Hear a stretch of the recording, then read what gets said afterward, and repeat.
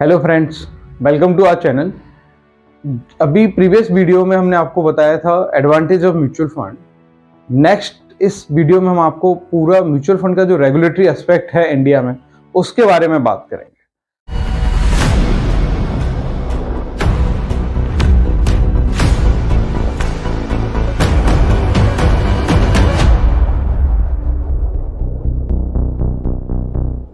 मैं हर बार कहता हूँ म्यूचुअल फंड सही है, तो सही होने के क्या क्या रीजंस हैं, क्या क्या लॉजिक्स हैं।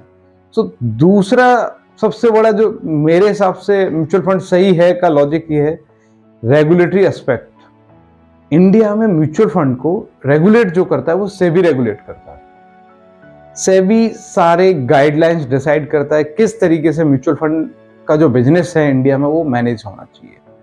एंड ट्रस्ट में बहुत ही विजिलेंट बॉडी है सेबी, बहुत ही विजिलेंट रेगुलेटरी बॉडी है। इसने कुछ स्टिपुलेटेड रूल्स एंड रेगुलेशंस बनाए हुए हैं इस बिजनेस को ग्रो कराने के लिए। तो सबसे पहले मैं बात करूंगा कि ये पूरा म्यूचुअल फंड का जैसे जो स्ट्रक्चर है वो सेटअप कैसे होता है और इसके लिए सेबी ने क्या रेगुलेटरी रिक्वायरमेंट्स रखी हैं। कोई भी अगर open ended mutual fund scheme launch होती है तो सेबी बोलता है कम से कम मिनिमम इन्वेस्टमेंट जब ये स्कीम लॉन्च होगी तब 50 करोड़ रुपए होना चाहिए।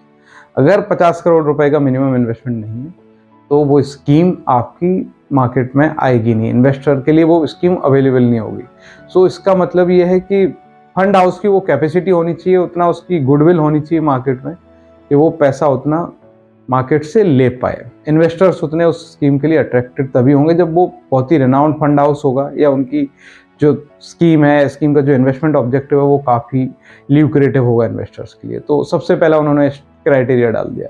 दूसरा क्राइटेरिया होता है कि अगर क्लोज एंडेड फंड है तो क्या है, तो क्लोज एंडेड फंड्स में आपका मिनिमम 20 करोड़ का इन्वेस्टमेंट होना चाहिए। अब मैं आपको डिफरेंस बता देता हूँ open ended and close ended schemes में।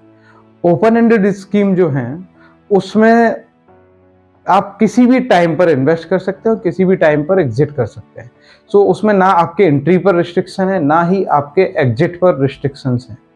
लेकिन अगर आप क्लोज एंडेड स्कीम्स में जाएंगे तो क्लोज एंडेड स्कीम्स जो हैं वो एक पर्टिकुलर टाइम फ्रेम के लिए ही अवेलेबल होती है। जैसे अगर कोई क्लोज एंडेड स्कीम है जो आज इन्वेस्टमेंट के लिए ओपन है तो उस पर्टिकुलर ड्यूरेशन में आप इंटर कर पाएंगे उस स्कीम में, और उस स्कीम की एक मेच्योरिटी टाइम डिसाइडेड होगा, लेस से कि 3 इयर्स का मेच्योरिटी टाइम है। तो जब आप एग्जिट करेंगे उस स्कीम से तो उस स्कीम से 3 साल के बाद जो उसकी मेच्योरिटी डेट होगी तभी आप एग्जिट कर सकते हैं। तो ये है open ended and close ended के बीच का डिफरेंस। क्लोज एंडेड स्कीम में सेबी कहता है कम से कम 20 करोड़ रुपए का इन्वेस्टमेंट होना चाहिए। अब मैं बताता हूँ कि ये जो म्यूचुअल फंड में आपने अलग अलग कंपनीज देखी होंगी, तो ये कंपनीज बनती कैसी, इनका स्ट्रक्चर क्या है। तो सेबी ने एक बहुत ही नाइस स्ट्रक्चर डिफाइन किया हुआ है। सबसे पहले आता है स्पॉन्सर। स्पॉन्सर वो पर्सन होता है जो इस बिजनेस को खड़ा करना चाहता है। अगर मैं बात करूं आईसीआईसीआई प्रूडेंशियल म्यूचुअल फंड की, तो ICICI is the sponsor here and ICICI आपका ट्रस्टी क्रिएट करता है। सबसे पहले स्पॉन्सर एक ट्रस्ट क्रिएट करेगा, उस ट्रस्ट में कुछ ट्रस्टीज होंगे, वो ट्रस्ट की देखरेख करेंगे। देन फिर ट्रस्ट एंड ट्रस्टीज मिलके फॉर्म करेंगे आपका एक एएमसी, और दूसरा वो फॉर्म करेंगे कस्टोडियन। एएमसी का काम होगा पूरे इन्वेस्टमेंट को मैनेज करना, और उस पूरे इन्वेस्टमेंट मैनेज करने के लिए एएमसी चार्ज करेगी पैसा, जिसको हम बोलते हैं फंड मैनेजमेंट कॉस्ट। कस्टोडियन आपकी उस पर्टिकुलर स्कीम में जो भी सिक्योरिटीज हैं, जिन स्टॉक्स में पैसा लगा हुआ है, वो उसको मैनेज करेगा, उसकी प्रॉपर देखेगा कि एग्जैक्टली जो सिक्योरिटीज इस पर्टिकुलर स्कीम में होल्ड करी गई हैं वो अपने प्रॉपर ऑब्जेक्टिव को फॉलो कर रही हैं या नहीं कर रही हैं।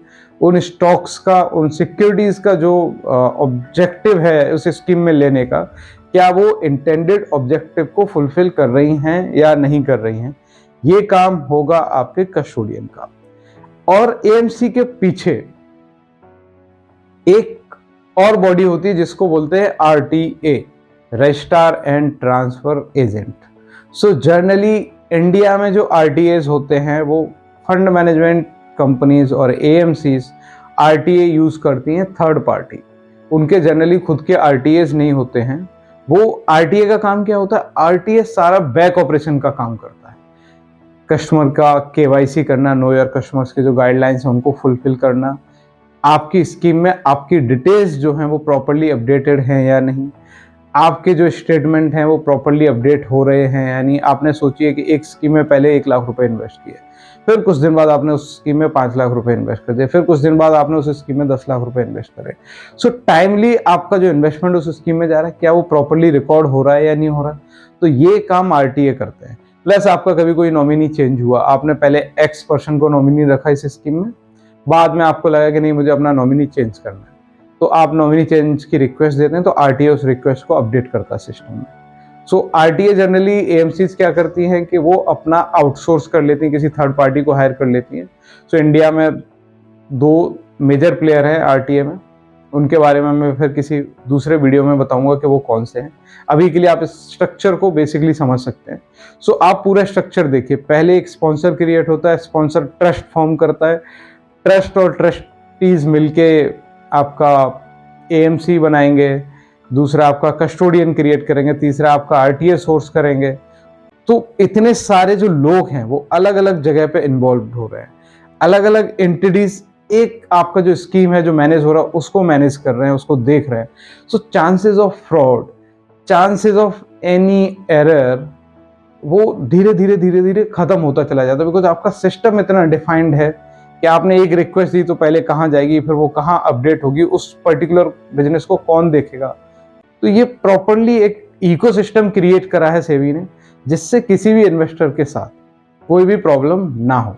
एंड जो आपका कस्टोडियन है उसका कॉमन गोल है, इन्वेस्टर्स का जो कॉमन इंटरेस्ट है वो at any point of time problem में नहीं होना चाहिए। हमेशा इन्वेस्टर का इंटरेस्ट सबसे ऊपर रहना चाहिए।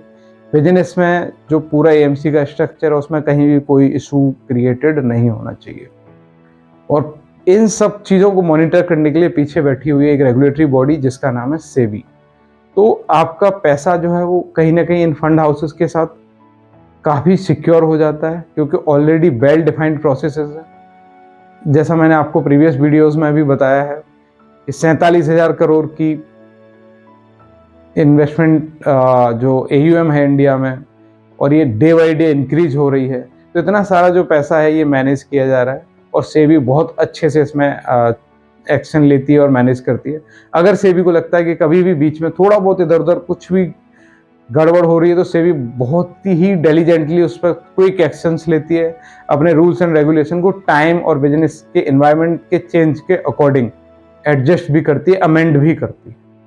सो मैं इसके साथ यही कहूँगा कि म्यूचुअल फंड सही है, आप इसको फॉलो करिए। और अभी हमारा नेक्स्ट एपिसोड जो आएगा उसमें हम और डिटेल में आपको म्यूचुअल फंड के बारे में बताएंगे, सो दैट आपको इसके बेसिक्स सारे क्लियर हो जाए। सो भविष्य में आप भी एक एजुकेटेड इन्वेस्टर की तरह काम करें। हमारा जो कॉमन ऑब्जेक्टिव है वो सिर्फ और सिर्फ आपको अवेयर कराना है, एजुकेट कराना है, that's it. So I would request कि आप ये जो वीडियोस हैं हमारे, आप अपने फ्रेंड सर्कल में शेयर करें, जिससे एजुकेशन जो है वो बढ़ती रहे। Thanks a lot guys.